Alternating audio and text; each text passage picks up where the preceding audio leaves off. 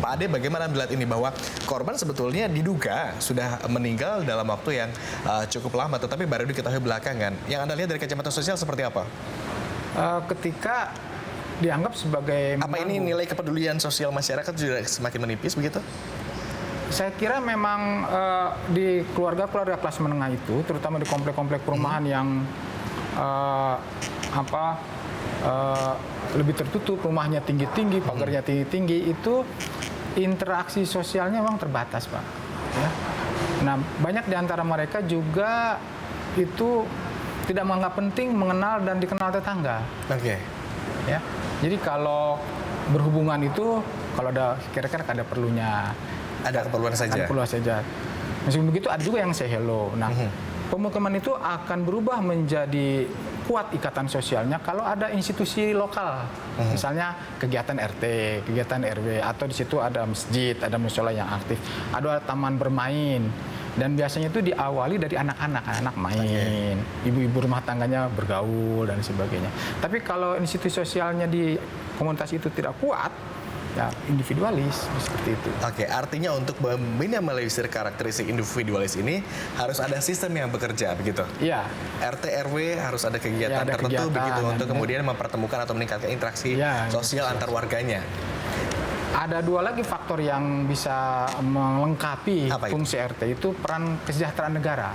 Peran kesejahteraan negara. Jadi idealnya juga negara punya instrumen untuk mengecek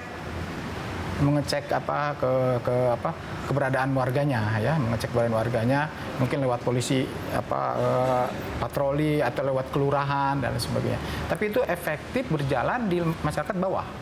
Bisa itu masyarakat bawah berjalan. Yang kedua, lembaga-lembaga filantropi non spasial.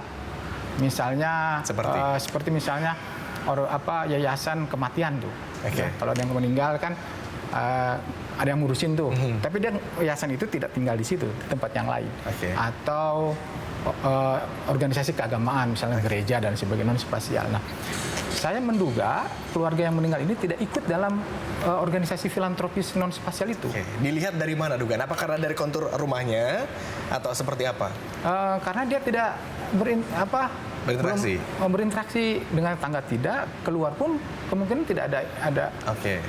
Biasanya kalau dia dekat dengan ikatan luar itu, dia akan kontak dan sebagainya, atau ikut grup dan sebagainya. Dan tanda-tanda itu bisa dilihat dari tadi sempat Anda menyinggung bahwa ini pagar-pagar rumahnya juga tinggi-tinggi dan tertutup. Jadi bukan hanya karena alasan keamanan, tetapi juga barangkali itu menunjukkan salah satu karakter individualis dari society tertentu begitu ya. Saya ke Dokter Ade. Dokter Ade, tadi Anda sempat menyinggung ada proses ketika jenazah ini meninggal dunia, kemudian sampai akhirnya membusuk dan terjadi mumifikasi ataupun kondisi-kondisi lainnya begitu ya.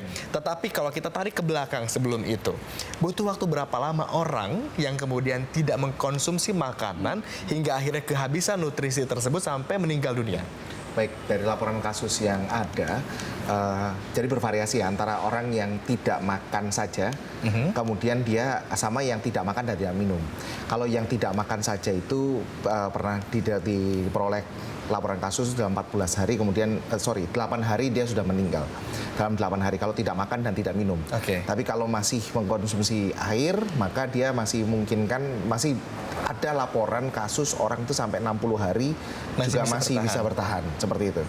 Jadi kondisi ini bervariasi tergantung dari tadi kondisi orangnya masing-masing, kerentanan orangnya masing-masing. Anak atau orang lansia pasti akan lebih rentan dibanding orang yang lebih ini. Dan orang-orang yang mungkin memiliki cadangan lemak tubuh yang lebih banyak, dia akan lebih lama bertahan dibanding orang yang karena ada lemak yang bisa dibakar tadi, masih bisa dibakar menjadi energi ya tadi. Namun yang jelas adalah ketika kadar massa tubuhnya itu berkurang 40% dari awalnya, nah disitulah mulai terjadi suatu kondisi yang fatal dan hingga terjadi kematian seperti itu. Ini setidaknya kita punya gambaran Pak Ade bahwa ada dua premis ini. Kalau bisa bertahan dalam 8 hari atau hingga 60 hari. Artinya keluarga ini kalau dikatakan ini meninggal karena kelaparan, berarti setidaknya mereka ada kemungkinan tidak makan dan minum selama 8 hari atau tidak makan tetapi tetap minum hingga 60 hari. Ini waktunya kan tidak sebentar, ini panjang sekali. Kalau dari kacamata sosial seperti apa melihatnya? Apa tidak mungkin ada permintaan, permohonan, pertolongan dari keluarga kepada masyarakat sekitar atau kepada kerabat di luar lain untuk meminta pertolongan? Saya lapar, misalkan begitu. Nah itu harus dijawab pertanyaan kenapa keluarga itu begitu tertutupnya. Dia tidak minta tolong kepada keluarga inti dari ayahnya ya, pamannya, kan ada teknologi, ya. Atau kepada tetangga ya, mungkin di tetangga itu pasti ada yang kenal, ada yang akrab ya, 1-2 itu kenal akrab. Nah kita harus menjawab pertanyaan itu, kenapa dia sampai tidak mau mengkomunikasikan itu?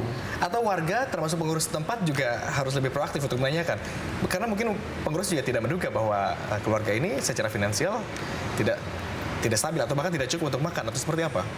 Kalau dugaan dari segi rumah, kayaknya nggak mungkin itu. Kalau dari ukuran rumahnya besar kayak gitu kan, agak sulit dipahami, ya. Nah, yang paling mungkin dijawab itu pertanyaan kenapa dia tidak sampai mengontak keluarganya atau temannya atau pertemanan jaringan sosialnya yang lain. Apa yang ada tengarai di sini? Benarkah kemungkinannya ini karena kematian atau ada faktor lain? Nah, kalau dari segi data yang saya baca di media online sebelum kesini tadi, itu dengan adiknya saja, itu yang mulia itu sudah 5 tahun tidak berjumpa. Komunikasi terakhir setahun terakhir. Nah, saya kurang bisa paham itu. Kenapa dia begitu tertutup ya, begitu terus sehingga ketika ada kesulitan itu tidak mau minta tolong. Ada juga yang menyebut bahwa waktu kematian dari masing-masing korban ini berbeda. Jadi mereka tidak meninggal dalam waktu bersamaan. Bagaimana kita membedakan antara kondisi jenazah ini sudah meninggal lebih dulu, kemudian ini lebih lama atau belakangan? Seperti apa dari kacamata forensik? Derajat pembusukan itu tergantung dari lokasi tempat orang itu ditemukan ya. Jadi mungkin saja di satu rumah itu dia punya ada satu tempat yang lebih hangat, ada satu tempat lain yang lebih lembab mungkin seperti itu sehingga menimbulkan gambaran pembusukan yang berbeda-beda. Saya kalau melihat misalnya diduga ada satu jenazah yang digambarkan mengering ya. Betul. Mengering kan mumifikasi ya. Mumifikasi itu terjadi ketika kondisi lingkungannya, TKP-nya itu suhunya cukup tinggi dan kelembapannya rendah. Sehingga akhirnya jenazah yang tadinya sudah posisinya kering, yang mungkin ya tadi yang dengan lemaknya juga berkurang, kulitnya juga elastisitasnya juga berkurang karena kadar airnya juga sedikit dan kadar lemaknya sedikit, itu akan semakin cepat akan semakin cepat terpengaruh sehingga akhirnya terjadi mumifikasi. Lain halnya misalnya yang di tempat yang mungkin terkena hembusan AC atau mungkin ada daerah yang agak lembab gitu ya, itu akan menimbulkan gambaran pembusukan yang berbeda. Jadi itu sendiri kita lihat dulu di TKP-nya seperti apa, sehingga kita baru bisa mengatakan apakah memang betul ini ada dua proses kematian yang berbeda, mungkin yang satu. Tapi kalau saya lihat memang yang namanya kematian itu, apalagi pada kasus kelaparan itu tidak mungkin terjadi secara bersamaan ya. Kalau terjadi bersamaan pasti ada hal yang lain. Jadi Anda melihat ini sebetulnya tipis kemungkinannya karena kelaparan? Bisa saja terjadi karena kelaparan. Tapi juga karena kami juga ada temuan di lokasi terdapat beberapa lilin, begitu terdapat ada kapur baru. Jadi kalau dari sisi forensik ya, kalau kita lihat orang yang mati kelaparan itu kasus yang sangat jarang. Jadi kalau orang mati kelaparan satu orang itu mungkin. Tapi kalau satu keluarga penuh, nah maka kita harus cari yang lainnya. Apakah betul jangan-jangan suatu tindak pidana atau jangan-jangan keracunan? Atau yang mungkin saja kalau kita baca di literatur forensik adalah mungkin suatu pandangan kepercayaan tertentu yang mengakibatkan dia orang itu puasa secara ekstrim dan akhirnya menjadi meninggal semua. Hal seperti itu. Tapi kenyataan di temuan tidak ada bentuk kekerasan di dalam rumah, bahkan kondisi rumahnya rapi begitu, tidak ada tanda kekerasan, kemudian juga tidak ada racun di dalam tubuh kecuali nanti kalau memang ada temuan-temuan lain. Fakta atau mungkin dugaan bahwa ada sebagian yang sudah meninggal lebih dulu kemudian yang lain masih bisa bertahan hidup itu memunculkan tanda tanya besar kepada Pak Asep. Kalau gitu Pak Asep, kalau ternyata di sana masih ada anggota keluarga masih hidup dan kemungkinan ini sudah meninggal lebih dulu, artinya kan dia tetap beraktivitas di tengah-tengah anggota keluarga yang sudah meninggal. Secara sosial itu wajar atau tidak? Manusia tetap bisa tetap bisa melanjutkan hidup begitu sementara ada jenazah di sekitarnya yang tidak dikuburkan. Itu bisa dipahami, benar kata Dr. Pak Dr. Ade ini, itu bisa dipahami kalau dia punya sistem kepercayaan tertentu yang melihat bahwa puasa ekstrim itu sebagai satu jalan kebahagiaan, kemudian kematian itu sebagai jalan ke tempat yang di sana yang lebih baik itu. Kita banyak contoh itu, kematian yang kolektif, kematian rame-rame, bunuh diri rame-rame yang bagian dari satu sistem kepercayaan tertentu yang sifatnya kultus. Belum bisa menarik konklusi bahwa ini adalah penyebabnya karena kelaparan. Tetapi terlalu dini juga kalau kita mengaitkan dengan hal-hal yang lain. Ini penelitian masih terus dilanjutkan. Apa terakhir yang bisa kita benahi agar ini kemudian tidak terjadi? Temuan-temuan seperti itu tidak kemudian terjadi lagi. Pertama, diharapkan itu setiap komplek perumahan itu punya aktivitas kolektif. Aktivitas kolektif, kegiatan bersama, atau sistem sosial bersama.